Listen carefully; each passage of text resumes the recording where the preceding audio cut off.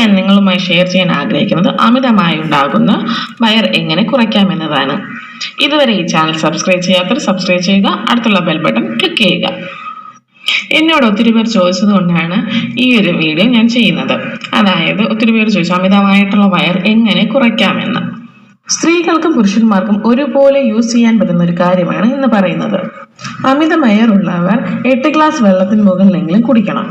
ആ കുടിക്കുന്ന വെള്ളത്തിൽ കുറച്ച് കറുകപ്പട്ട, അതായത് ഒരു പീസ് കറുകപ്പട്ട ഇട്ട് തിളപ്പിച്ചാറ്റിയ വെള്ളമായിരിക്കും കുടിക്കേണ്ടത്.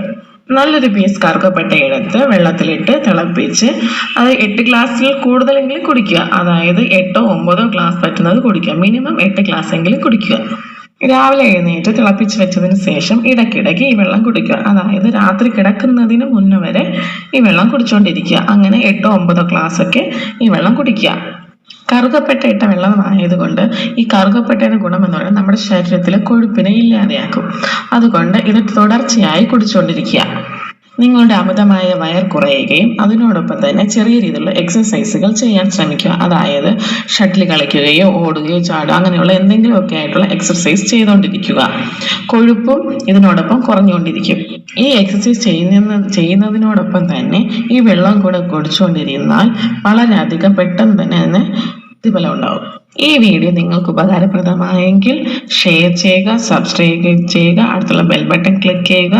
അതുപോലെ തന്നെ ഇത് മറ്റുള്ളവരിലേക്ക് എത്തിക്കാൻ മാക്സിമം ശ്രമിക്കുക.